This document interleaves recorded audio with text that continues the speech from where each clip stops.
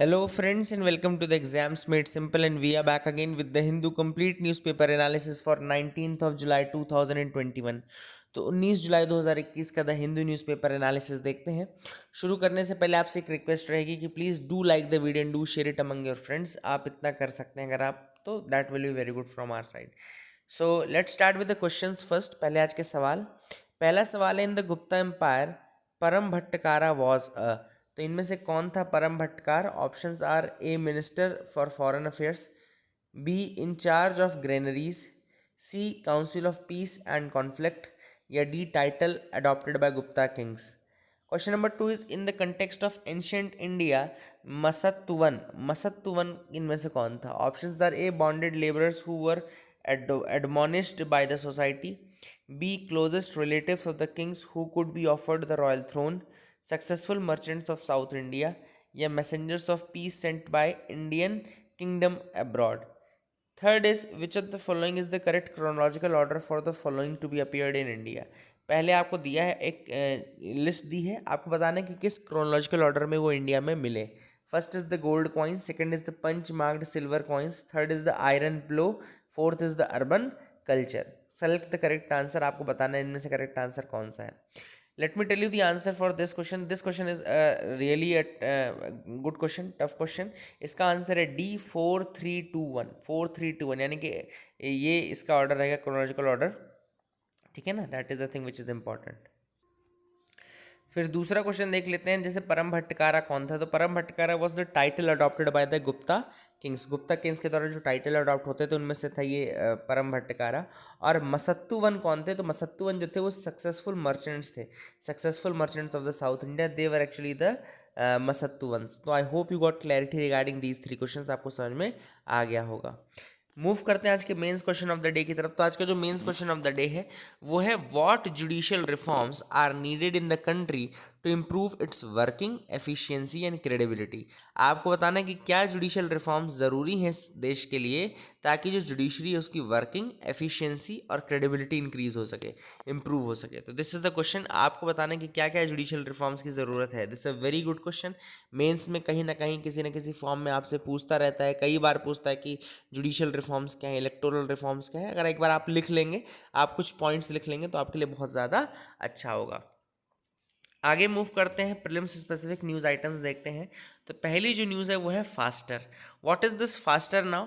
तो अभी हुआ क्या था, रिसेंटली बहुत सारे इश्यूज आ रहे थे सुप्रीम कोर्ट के सामने भी कि बेल ऑर्डर्स जो हैं काफ़ी डिले हो जाते हैं। Let me tell you how this works. Actually होता क्या है कि जो कोर्ट्स रहते हैं, जब कोर्ट में केस चलता रहता है, सपोज कोर्ट में कोई केस चल रहा है, now what will happen is that there will be hearing, and suppose आज के दिन में बेल ग्रांट कर दी कोर्ट ने।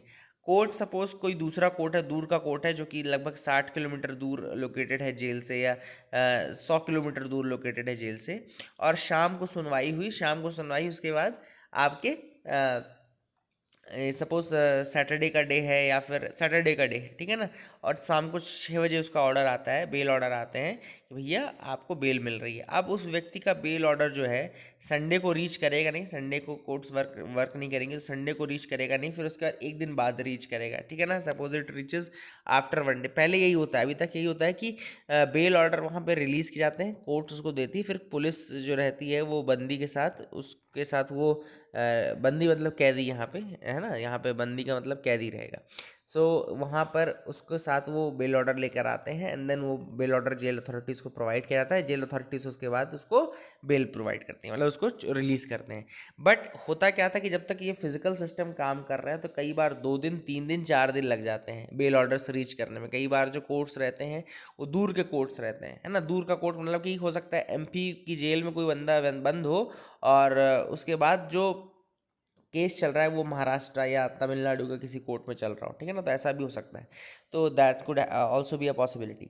तो कुल मिलाकर के इसमें बहुत टाइम लगता था, तो सुप्रीम कोर्ट ने इसके लिए एक नया सिस्टम निकाला है जिसका नाम है फास्टर।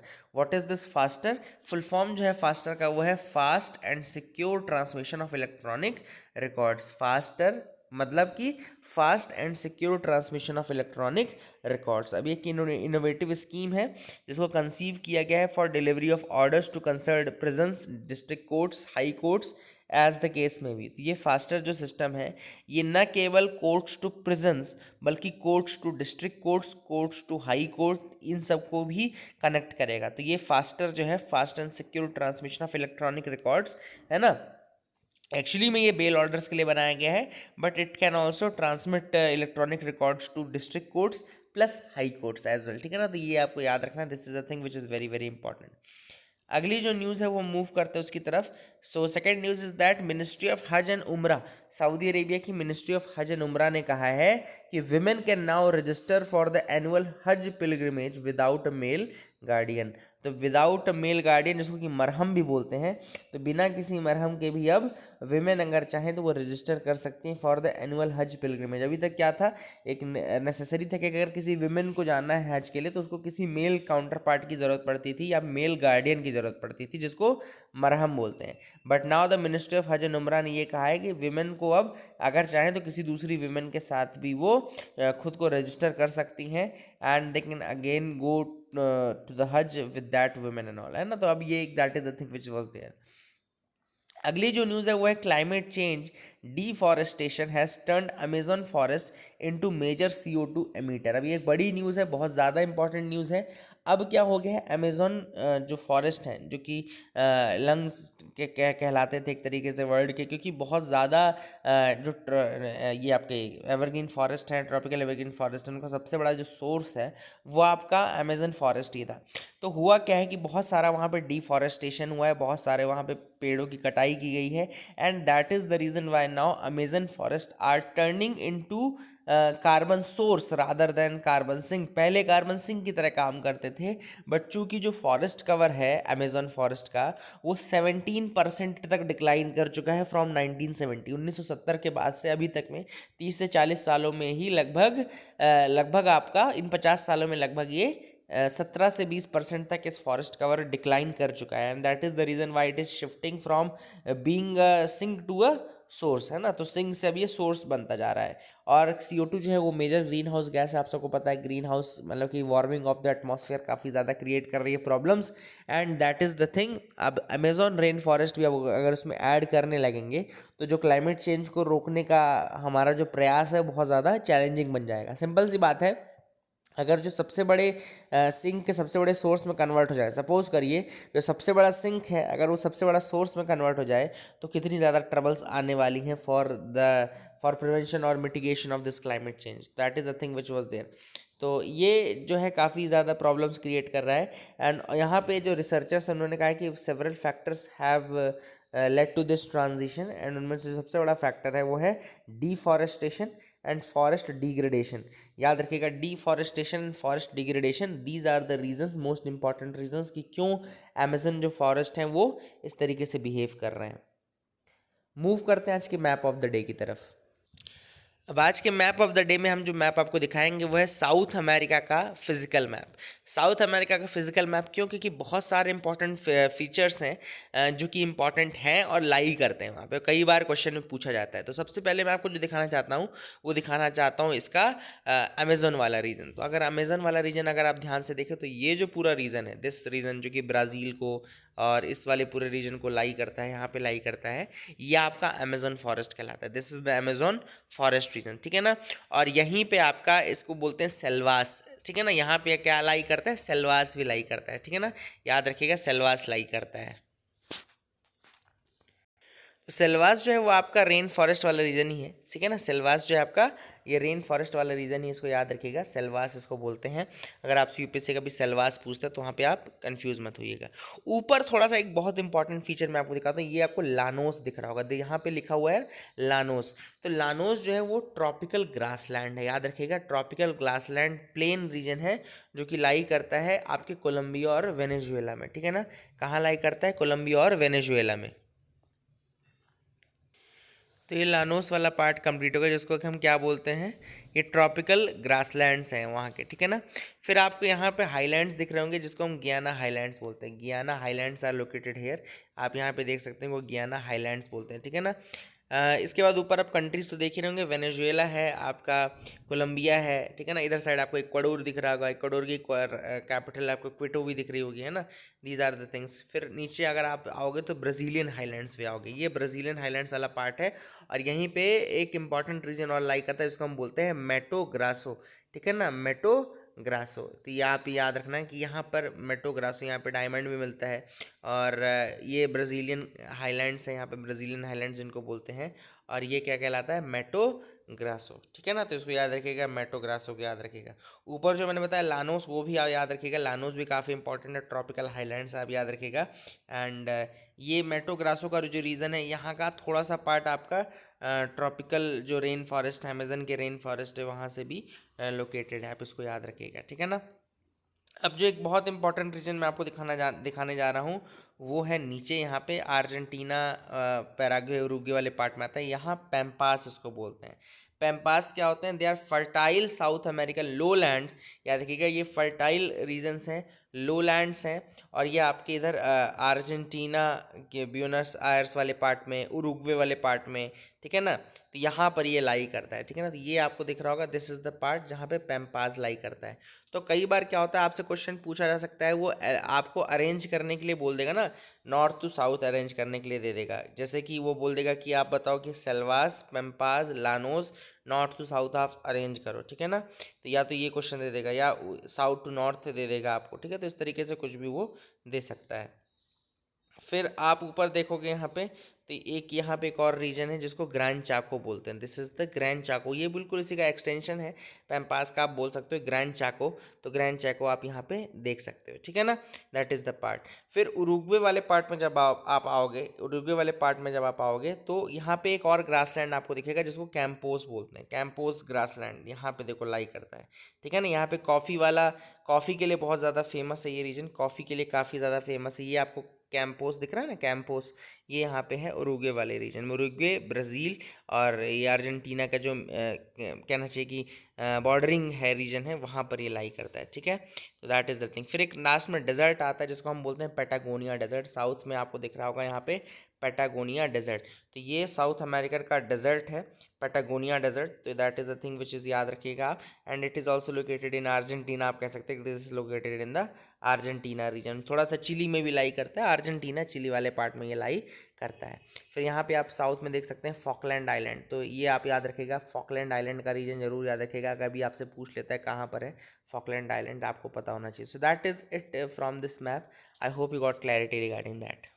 अगली जो न्यूज़ आप देख रहे हैं यहाँ पे लिखा है mid day meals leave a long lasting impact. तो अभी रिसेंटली एक स्टडी हुई है जिसमें ये बताया गया है कि मिड डे मील्स का काफ़ी ज़्यादा इम्पैक्ट है। एंड एजुकेशन को प्रमोट करने में तो है ही है, साथ ही जो अंडर न्यूट्रिशन या माल न्यूट्रिशन के कारण जो स्टंटिंग हो जाती है, चाइल्ड वेस्टिंग होती है, उसको दूर करने में भी मिड डे मील्स का काफ़ी बड़ा योगदान रहा है। सबसे पहली चीज़ तो आपको पता होना चाहिए कि मिड डे मील्स स्कीम आई कब थी। तो मिड डे मील्स की जो स्कीम थी वो लॉन्च की गई थी 1995 में, 1995 में लॉन्च की गई थी। और ये क्या करती है, इसका एम है कि बच्चों को प्रोवाइड किया जाए गवर्नमेंट स्कूल में free cooked meal with the minimum energy content of 450 kilocalorie. तो 450 kilocalorie minimum energy content provide करना जो है वो मेन एम है। और फ्री कुक्ड मील जो है वो प्रोवाइड किया जाता है, फ्री कुक्ड मील जो है वो प्रोवाइड किया जाता है, ठीक है ना। 1995 में स्कीम लॉन्च की गई थी, ये भी आप याद रखिएगा। देन अगर आप अभी स्टेटस देखें तो more than 1 in 3 Indian children are stunted. यानी कि स्टंटिंग का मतलब क्या आता है, too short for their age, अपनी एज से बहुत ज़्यादा शॉर्ट होते हैं। तो this is the thing which is happening.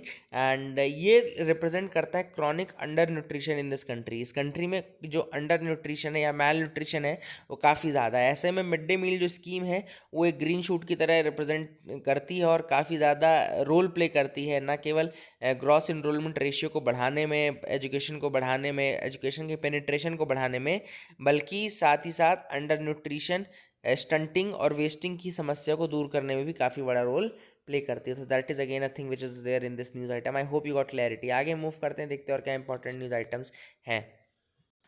Editorial पे आते हैं। पहला जो एडिटोरियल है वो है tolerant India can be majoritarian. अब मैं आपको पहले बता देता हूँ कि जो आर्टिकल्स हैं आज के वो प्रीलिम्स पॉइंट ऑफ व्यू से इतने ज़्यादा इंपॉर्टेंट नहीं है, थोड़ा बहुत उनका रिलेवेंस ज़रूर रहेगा आपके मेंस आंसर राइटिंग में। जैसे कि अभी recently comprehensive face to face survey किया गया था ऑन द रिलीजियस आइडेंटिटी लगभग 30,000 लोगों का, जिसमें which was conducted in 17 languages. ठीक है ना, इसमें ये कंडक्ट किया गया था यूनाइटेड स्टेट्स का एक प्यू रिसर्च सेंटर है। उसमें ये पता चला कि 85% हिंदूज ने ये कहा, respecting all religions is very important for being truly Indian, मतलब ट्रूली इंडियन होने के लिए 85% इंडियंस ने ये बोला कि जो दूसरे रिलीजन्स हैं आपको उनको रिस्पेक्ट करनी चाहिए। लेकिन इसका अपोजिट 64% ऑफ हिंदूज ये सोचते हैं कि it is very important to be Hindu to be truly Indian. 64% Hindus ऐसा सोचते हैं कि हिंदू होना बहुत ज़रूरी है for being truly Indian, and 80% उसमें से ऐसा कहते हैं कि it is important to speak Hindi to be truly Indian. तो कुल मिलाकर के आप एक देख रहे होंगे कि एक जो आउटलुक है टुवर्ड्स हिंदुत्व जो यहाँ पे ऑथर का, this is as per the author, जो क्रेडेंस है वो ज़्यादातर किसको मिल रहा है, हिंदुत्व को मिल रहा है। अब ऑथर यहाँ पे ये बोल रहा है कि मेजोरिटेरियनिज्म और टॉलरेंस दोनों एक साथ कोएग्जिस्ट कर सकते हैं, मतलब कि ज़रूरी नहीं है कि मेजोरिटेरियनिज्म है अगर किसी कंट्री में, यानी कि कोई अगर डोमिनेंट कम्युनिटी है तो उस कंट्री में आपका टॉलरेंस नहीं हो सकता, या सारे के सारे जो ग्रुप्स हैं कोएग्जिस्ट नहीं कर सकते। लेकिन यहीं पे ऑथर कुछ चीज़ें बताते हैं इंडिया में, जैसे कि बहुत सारी चीज़ें हैं जो कि अभी गड़बड़ भी चल रही हैं। जैसे कि ऑथर ने यहाँ पे बोला है कि कई लोग अभी भी ये मानते हैं जो इंटरकास्ट मैरिज है उसके अगेंस्ट, लगभग सारे ही हिंदूज और सारे ही मुस्लिम्स अगर आप देखेंगे तो इंटरकास्ट और इंटर रिलीजियस जो मैरिजेस हैं उनके अगेंस्ट लगभग आपको मिले। This is what the author says. दूसरी चीज़ जो ऑथर ये कहता है कि एक स्काई बॉक्सिफिकेशन चल रहा है। स्काई बॉक्सिफिकेशन एक इंपॉर्टेंट टर्म है जो आप यूज़ कर सकते हैं जब आप आंसर राइटिंग करो। तो American philosopher Michael J sandal ने ये स्काई बॉक्सिफिकेशन का टर्म दिया है, जिसमें उन्होंने कहा कि जब इनइक्वालिटीज़ राइज होती हैं कैपिटलिज्म के कारण तो स्काई बॉक्सिफिकेशन होता है। स्काई बॉक्सिफिकेशन अमेरिका में हुआ है, जैसे कि अमीरों के जो खाने पीने की जगहें हैं वो डिफरेंट हैं गरीबों के खाने पीने की जगह से। अमीरों के जो मतलब एंटरटेनमेंट के प्लेसेस हैं वो डिफरेंट हैं दैन गरीबों के। देन अमीरों के बच्चे जो जहाँ स्कूल जाते हैं वो डिफरेंट है गरीबों के बच्चों के स्कूल के। तो कुल मिलाकर के जो ये स्काई बॉक्सिफिकेशन हो चुका है, मतलब कि कंपार्टमेंट्स में चले गए हैं, रिच अलग कंपार्टमेंट में है, पुअर अलग कंपार्टमेंट में है, ये सारी चीज़ें। और ये केवल इकोनॉमिक स्फीयर में नहीं है, ये कंपार्टमेंटलाइजेशन या ये स्काई बॉक्सिफिकेशन जो है वो आपको हर आयाम में देखने को मिलेगा, यानी कि रिलीजन में भी देखने को मिलेगा, कास्ट में भी देखने को मिलेगा, और एक ही फंडामेंटल डिवाइड के रूप में काम करता है। ठीक है ना, तो that is the thing which was there in this article. I hope you got clarity. लेकिन वही चीज़ फाइनली ऑथर ने ये कहा है कि जो सोशल रियलिटी है और वो काफ़ी कॉम्प्लेक्स है सोशल रियलिटी, और मेजोरिटेनिज्म जो है वो डिफरेंट एस्पेक्ट है, यानी कि पॉलिटिकल जो कौन पावर में है कौन नहीं है ये डिफरेंट है देन टॉलरेंस। टॉलरेंस को होने के लिए ज़रूरी नहीं कि वहाँ पे मेजोरिटेरियनिज्म ना हो तभी टॉलरेंस होगा, टॉलरेंस तो कहीं पे भी हो सकता है। तो that is what the author says. अगला जो आर्टिकल है वो है calculating the benefits of lockdown. अब ये जो आर्टिकल था इसमें बहुत ज़्यादा आपको बेनिफिट्स नहीं मिलेंगे लॉकडाउन के, पूरे आर्टिकल को आप पढ़ के देख लीजिएगा। लेकिन हाँ, एक चीज़ ऑथर ने बोली कि अगर आप value of human life calculate करें, जो कि कैलकुलेट करना काफ़ी डिफिकल्ट है इकोनॉमिक टर्म्स में या मॉनेटरी टर्म्स में, काफ़ी डिफिकल्ट है कि आप किसी एक ह्यूमन बींग्स की मॉनेटरी वैल्यू को डिटरमाइन कर पाओ। ठीक है ना, तो अगर आप उसकी ह्यूमन लाइफ की वैल्यू करते हैं तो लॉकडाउन बहुत इंपॉर्टेंट रोल प्ले किया। अगर एक व्यक्ति की भी मौत कम हुई because of the lockdown then that is the advantage of lockdown. Author ने ये कहा है कि अगर आप ह्यूमन लाइफ की वैल्यू करते हैं, अगर आप उसकी चाहे इकोनॉमिक वैल्यू हो, चाहे उसकी एस्थेटिक वैल्यू हो, चाहे उसकी प्रेजेंस हो, जो भी आप वैल्यू करते हो, अगर आप उसको देखें तो उस टर्म्स में फिर लॉकडाउन ने काफ़ी इंपॉर्टेंट एक रोल प्ले किया, और जो लोगों की जान बची हैं because of the lockdown, that is the thing which was there. ठीक है ना, नुकसान काफ़ी ज़्यादा हुए, आप सबको पता है कि नुकसान बहुत ज़्यादा हुआ, इकोनॉमिक टर्म्स में नुकसान हुआ, लोग एक दूसरे से दूर हो गए, डिप्रेशन काफ़ी ज़्यादा रहा। बच्चों के अगर स्कूल एजुकेशन को आप देखो तो काफ़ी ज़्यादा वो उसको इम्पैक्ट पड़ा है स्कूल एजुकेशन को, है ना। मॉनेटरी प्राइस जो लॉस के टर्म्स में थी वो काफ़ी ज़्यादा रही, है ना। That is the thing which was there. Author ने वही कहा कि अगर एक ह्यूमन लाइफ को आपको बचाना है तो सेक्रीफाइस तो करने पड़ेंगे, तो लॉकडाउन भी वही सेक्रीफाइस था एक्चुअली में। What you sacrificed is your freedom, what you sacrificed is your entertainment, what you sacrificed is your will to go outside। आपने ये सारी चीज़ें सेक्रीफाइस की, तब आपको क्या मिला, आपको मिला the precious gift of life. तो इसको आप याद रखिएगा, ठीक है ना, that is the thing which is important. ठीक है, जब आप प्याज काटते हैं, सपोज एग्जाम्पल है कि जब आप प्याज काटते हैं और आपके बहुत तेज से आंसू आते हैं, तो भी आप उसको काटते हैं ना, आपको वहाँ पे सेक्रीफाइस क्या करना पड़ रहा है, you have to burn your eyes, आपकी आंखें जल रही हैं, आपके आंसू निकल रहे हैं, लेकिन वो सेक्रीफाइस ज़रूरी है अगर आपको अच्छी सब्जी बनानी है या फिर अच्छा आपको पोहा बनाना है। तो कुछ भी अगर आपको करना है तो that is very important. And वही चीज़ यहाँ पे ऑथर यहाँ पे कंपेयर कर रहे हैं कि जब आप सेक्रीफाइस किए अपनी फ्रीडम को, जब आप बाहर जाने की विल जो थी आपकी उसको आपने सेक्रीफाइस किया, तब जाके आपको the precious gift of life वो मिलता रहा, मतलब कि वो बचा रहा। ठीक है ना, that is the thing which author says यहाँ पे। इसके अलावा ऑथर ने ये भी कहा है कि अगर आप फ्रांस का एग्जाम्पल देखें, वहाँ पे जीडीपी का श्रिंकेज 3% ज़रूर हुआ, लेकिन बहुत सारे लोगों की जानें भी बची। अब वहीं पे अगर आप फिनलैंड का देखो तो negligible rise in the mortality rate, मतलब मोर्टेलिटी रेट नहीं बढ़ पाया और केवल 1% का लॉस हुआ। तो जीडीपी का लॉस कुछ मैटर नहीं करता, ये आप कभी भी कैप्चर कर लोगे, अगले इस फाइनेंशियल ईयर में नहीं कर पाओगे तो नेक्स्ट में कर लोगे, लेकिन जो life once gone can not be recovered in the next quarter है। ऐसा तो नहीं बोल सकते ना कि ठीक है इस क्वार्टर में इसको मर जाने दो, अगले क्वार्टर में इसको दोबारा से जिंदा कर लेंगे, ऐसा नहीं कर सकते।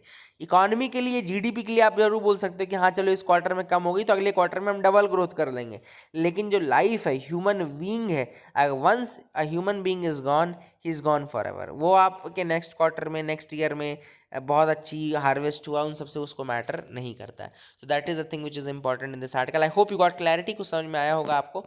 थोड़ा फिलोसॉफिकल एंड पे जरूर था आर्टिकल। अगली जो न्यूज़ है वो FATF review of India put off again. FATF यानी कि फाइनेंशियल एक्शन टास्क फोर्स, आप सबको पता है।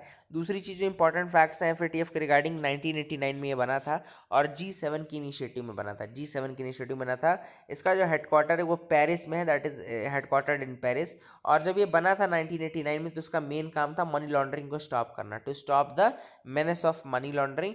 बट 2001 में इसके काम को और थोड़ा इंक्रीज़ किया गया और 2001 में इसके अंतर्गत एक जो काम डाला वो टेरर फाइनेंसिंग को कर्व करने का भी डाला। ठीक है ना, तो याद रखिएगा 1989 में जब ये इनिशियली बना था तब केवल मनी लॉन्ड्रिंग के लिए बना था।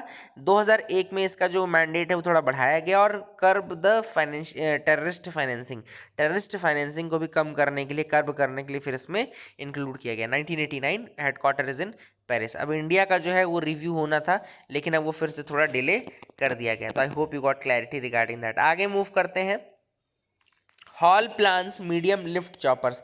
अब हॉल यानी कि हिंदुस्तान एरोनॉटिक्स लिमिटेड, जो कि 1984 में वालचंद हीराचंद के नाम से बना था, एयरक्राफ्ट कंपनी के नाम से बना था, और 1964 में इसको हॉल का नाम दिया गया। याद रखिएगा, हिंदुस्तान एरोनॉटिक्स लिमिटेड इसको नाम जो है 1964 में दिया गया। 1940 में इसको हीराचंद वालचंद द्वारा बनाया गया था। तो ये अभी प्लान कर रहा है indigenously design and developing a medium lift helicopter. ये डिज़ाइन एंड डेवलप करेगा क्या, मीडियम लिफ्ट। अब ये जो मीडियम लिफ्ट हेलीकॉप्टर है ये एक इंडियन मल्टी रोल हेलीकॉप्टर के रूप में काम करेगा। ठीक है ना, इंडियन मल्टी रोल हेलीकॉप्टर के रूप में काम करेगा। एंड ये जो है ये cabinet committee of security, cabinet committee on security के पास इसके लिए जाएगा अप्रूवल लेने के लिए। कैबिनेट कमेटी ऑन सिक्योरिटी को कौन हेड करता है अगर आपसे पूछूँ मैं, तो याद रखिएगा prime minister. Cabinet committee on security को हेड कौन करता है, तो प्राइम मिनिस्टर इसको हेड करते हैं। ठीक है ना, एंड इसमें इंपॉर्टेंट चीज़ ये है कि जो मल्टी रोल मीडियम हेलीकॉप्टर है, MK3 इसको कहा जाता है, इसमें सारी सर्विस यानी कि नेवी, आर्मी, एयरफोर्स तीनों ही इसमें इंक्लूडेड है या इसका हिस्सा है, आप कह सकते हैं। आगे मूव करते हैं, देखते हैं और क्या इंपॉर्टेंट न्यूज़ आइटम। यहाँ पे दो जजमेंट्स के बारे में है। एक्चुअली मई में एक जजमेंट आया था जस्टिस DY चंद्रचूड़ का, जिसमें उन्होंने कहा था कि जुडिशरी जो है it can not remain a silent spectator when constitutional rights of the citizens are infringed by the executive policies. यानी कि लॉकडाउन के समय जो पॉलिसीज चल रही थी गवर्नमेंट की, उसके कारण जो सिटीजन्स थे उनके राइट्स इन्फ्रिंज हो रहे थे। एंड तब मई में जस्टिस DY चंद्रचूड़ ने कहा था कि courts can not be a silent Spectator. Court जो है वो साइलेंटली देख नहीं सकती, मूक दर्शक बन के नहीं देख सकती है the infringement of the rights of the citizen. दूसरी चीज़, जुलाई 14 को एक जजमेंट आया जिसमें एक डिवीज़न बेंच थी जस्टिस विनीत सरण की, दिनेश माहेश्वरी की, जिन्होंने ये कहा कि court should not undermine the executive at a time when the collaborative effort was required to overcome the public health crisis. तो यहाँ पे उन्होंने कहा कि कोर्ट जो हैं वो मतलब कि एग्जीक्यूटिव को परेशानी इंटरफेयर ना करें एट अ टाइम जब कोलैबोरेटिव एफर्ट की ज़रूरत है। तो ये दोनों जजमेंट जो हैं कहीं ना कहीं, दोनों जो सेइंग्स हैं एक दूसरे को कहीं ना कहीं अपोज करते हैं। This has been discussed in this article. वहीं जस्टिस डी वाई चंद्रचूड़ ने जब वो जजमेंट दिया था तो उन्होंने एक बहुत इंपॉर्टेंट चीज़ कही थी कि a public health emergency does not give governors and other public officials कार्टे ब्लांशे टू डिसरिगार्ड द कॉन्स्टिट्यूशन। मतलब कि एक पब्लिक हेल्थ इमरजेंसी आपको एक लाइसेंस नहीं दे देती कि आप दूसरे ह्यूमन बींग्स की फिर जो राइट्स हैं उनको इन्फ्रिंज करना शुरू कर दो, सिर्फ ये बोल करके कि यार एक इमरजेंसी चल रही है, एक पब्लिक इमरजेंसी चल रही है। तो वही चीज़ जस्टिस डी वाई चंद्रचूड़ ने भी कही थी कि आप अभी जैसे आप बोल रहे हो कि भैया हम आपको ये सुविधाएं नहीं प्रोवाइड कर सकते क्योंकि एक पैंडेमिक चल रहा है, तो ऑथर ने वही कहा यहाँ पे, जस्टिस डी वाई चंद्रचूड़ ने कहा कि एक जो पब्लिक हेल्थ इमरजेंसी है वो आपको एक्सक्यूज़ नहीं दे सकती, वो यार रीज़न नहीं बन सकती है कि आप हर चीज़ में ये बोल दो कि भैया आपको हम राइट्स नहीं प्रोवाइड कर सकते आपके। आगे मूव करते हैं, अगली जो न्यूज़ है वो है China denies politics behind UNESCO move on barrier reef. अब एक्चुअली में चाइना और ऑस्ट्रेलिया के जो रिलेशंस हैं वो बहुत ज़्यादा ख़राब चल रहे हैं। ऐसे में हुआ क्या है कि यूनेस्को ने क्या किया है कि ऑस्ट्रेलिया के अंदर जो ग्रेट बैरियर रीफ है, जो क्वींसलैंड वाला रीजन है, ईस्टर्न क्वींसलैंड वाला जो रीजन है, उसको जो यूनेस्को की थ्रेटेंड लिस्ट में डालने की कोशिश कर रहे हैं और यूनेस्को की जो इंडेंजर्ड लिस्ट है उसमें डाल रहे हैं, नहीं उसके लिए रिकमेंडेशन किया है। तो ये यहाँ पे चाइना ने ज़रूर कहा है कि कोई हमारी इंटरनल जो राइवलरी है that is not the reason for that, याद रखिएगा। एंड ऐसे में ऑस्ट्रेलिया ने ये कहा है कि जो ग्लोबल वार्मिंग है, यानी कि ऑस्ट्रेलिया का ये कहना है कि जो ग्लोबल वार्मिंग है वो रीज़न है, वहीं यूनेस्को का ये कहना है कि जो पोल्यूशन है और रन ऑफ है वो रीज़न है, ठीक है ना। Pollution and run of is the reason for the loss of the coral reefs, ठीक है ना। एंड कोरल रीफ्स अगर आप देखें तो 1995 से half of its coral reefs have lost. एक और इंपॉर्टेंट चीज़ यहाँ पे लिखी थी कि both China and Australia are among the 21 nations on the heritage committee. जो यूनेस्को की हेरिटेज कमेटी है उसमें 21 मेंबर्स हैं और चाइना एंड ऑस्ट्रेलिया दोनों ही उसके मेंबर्स हैं। नेपाल के नए prime minister wins the confidence vote. यहाँ पे नेपाल के नए प्राइम मिनिस्टर हैं शेर बहादुर द्यूबा, जिनको की कॉन्फिडेंस वोट जिन्होंने जीत लिया है और रीइंस्टेट कर दी है गवर्नमेंट को। उनका ये कहना है कि जो मेन रीजन उनका टारगेट रहेगा वो रहेगा to vaccinate the entire population of Nepal by next year April, है ना। 100% पॉपुलेशन को नेक्स्ट ईयर अप्रैल तक वैक्सीनेट करना।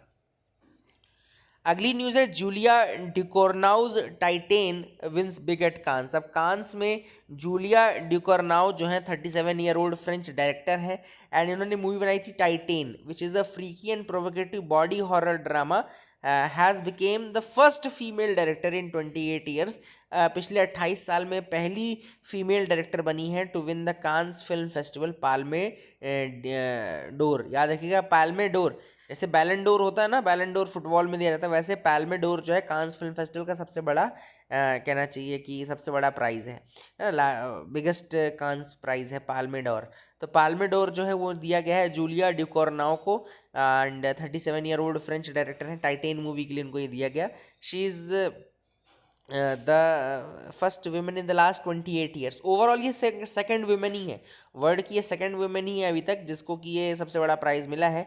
इसके अलावा ये पहली बार था जब ये जो ज्यूरी थी कांस की उसमें womens outnumbered the men. तो ये this was the first time that in the jury women jury members were more than that of the male jury members, ठीक है ना। तो आप इसको याद रखिएगा, कांस का टॉप प्राइस जूलिया डिकोरनाउ, आप इसको याद रखिएगा।